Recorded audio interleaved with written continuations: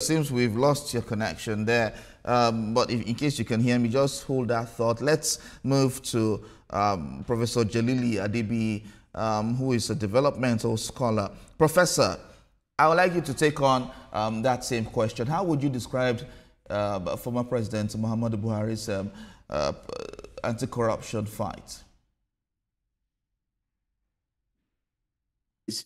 When it comes to the assessment of the administration of President Muhammadu Buhari's prosecution of corrupt cases, he left a mixed legacy in this area. And, when he was in government, I was one of those that worked for him during the first time. And when I assessed him after the completion of his first term in office, I said he needed to retire back home. But he eventually emerged for the second term.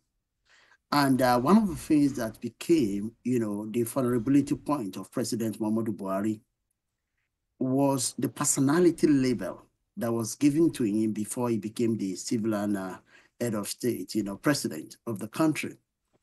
Many people consider him to be authoritarian.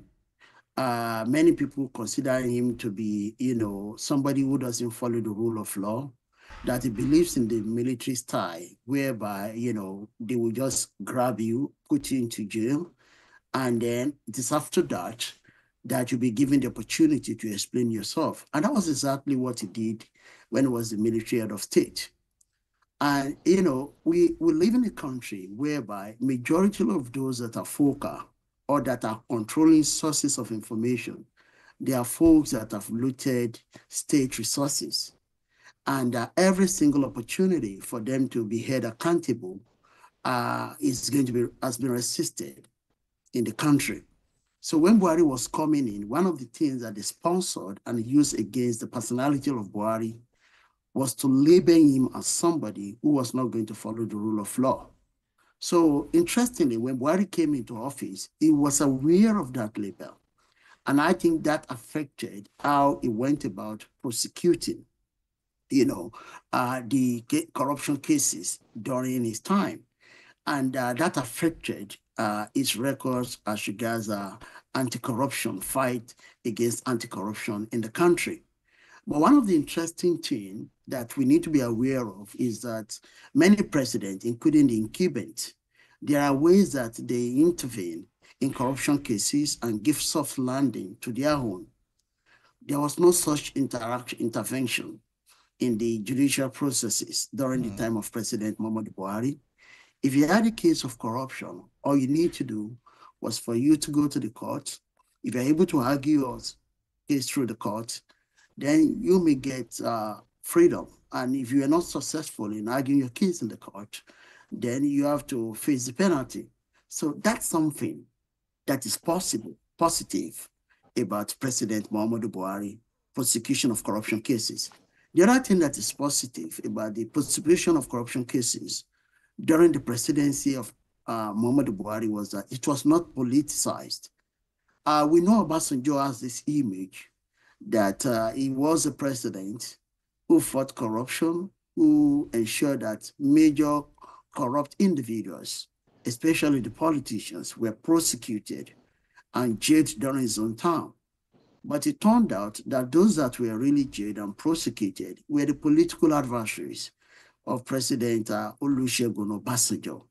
And we knew what he tried to do with the current president. Lagos became a source of attraction and persecution under the presidency of Olusegun Obasanjo. And we also had the same experience, something very similar, under the presidency of Jonathan Goodluck. There was no such a thing under the presidency of President Muhammadu Buhari. Corruption prosecution was never turned into persecution. Those that had to stand before the court, defending corruption cases, allegations against them, these were folks that stole and looted from the treasury. So there was not one single individual. And in fact, when you listen to the opposition politician, during the time of President Muhammadu Buhari, they all said one of the areas he stood tall was that he refused to politicize corruption in the country. the former chief of the other guy, who was prosecuted, who was in charge of, the defense of the country.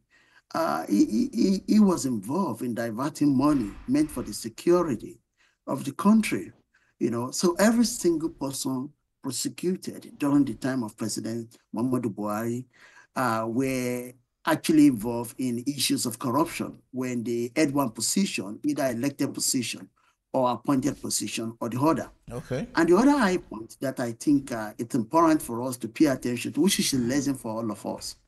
And I learned this from later Gani Faweyimi.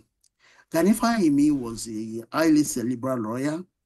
He understood that for you to actually prosecute corruption in the country, you may need not to follow, the A to Z of the spirit of the law completely. And that was why when Ribadu was inserted in such a way, one of the people that spoke up in support of Ribadu when he was in charge of EFCC was Gani Faweyimi.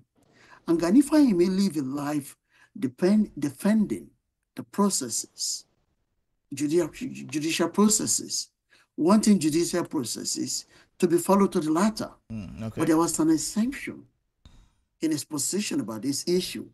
He knew that when you are talking about politicians looting the country, we are talking about animals. Okay. We are not talking about human beings. They've invested a lot of money to subvert the process.